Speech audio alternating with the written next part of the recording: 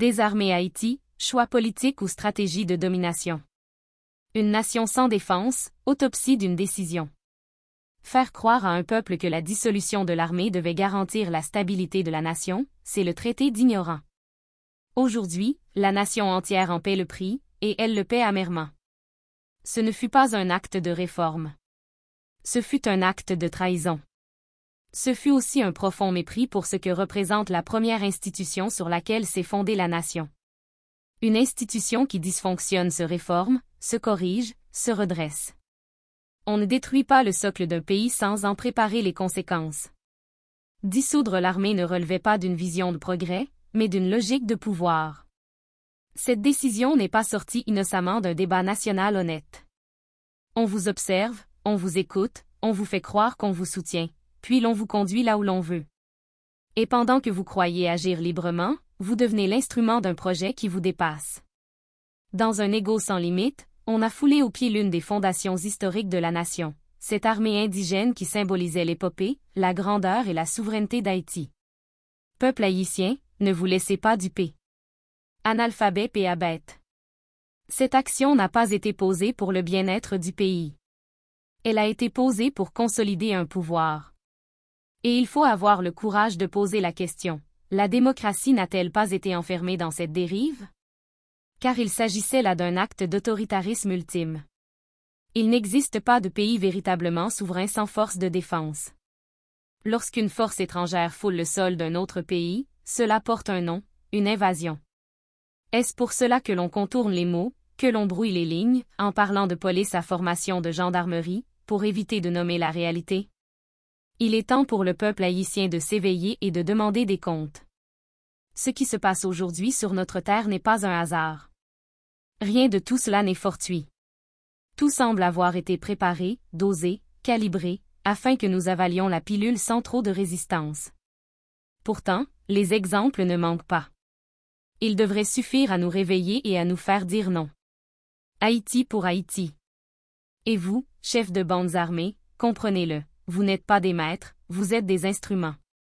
Des outils utilisés pour assujettir votre propre pays. Croyez-vous vraiment que si la volonté réelle de vous éliminer existait, il resterait encore de vous la moindre trace? Si cela dure, c'est que votre tâche, dans ce plan, n'est pas encore achevée. Depuis des années, notre pays est plongé dans une insécurité criminelle insoutenable. Depuis des années, nous demandons de l'aide. Mais jamais une aide à la mesure du désastre.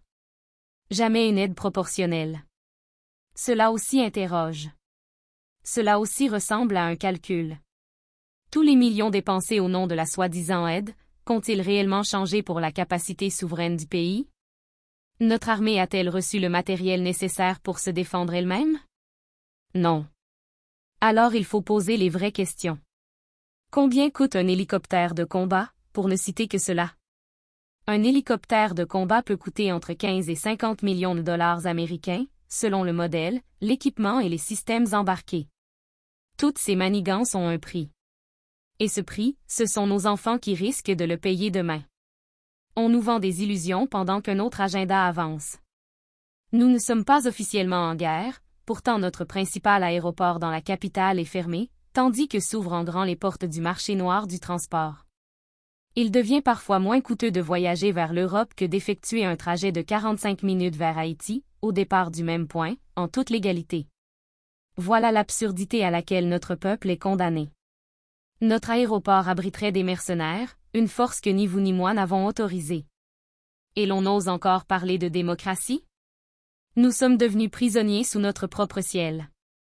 Il me semble même que nos dirigeants eux-mêmes sont enclavés, autant que la nation, si l'on en juge par certains précédents. Notamment les élections de 2010, où des pressions extérieures, y compris de la part de l'ambassadeur américain, ont été exercées sans retenue, allant jusqu'à évoquer des formes de chantage, dont la menace d'un embargo visant le pays, plaçant le président René Garcia Préval dans une position où il n'avait d'autre choix que de se plier. Peuple haïtien, nos dirigeants se révèlent incapables de nous sortir seuls de ce pétrin. Il nous revient désormais de leur prêter main forte, non pas dans la soumission, mais dans la vigilance citoyenne. Demandez-leur des comptes. Référez-les aux lois du pays. Imposez des balises qu'ils ne pourront franchir.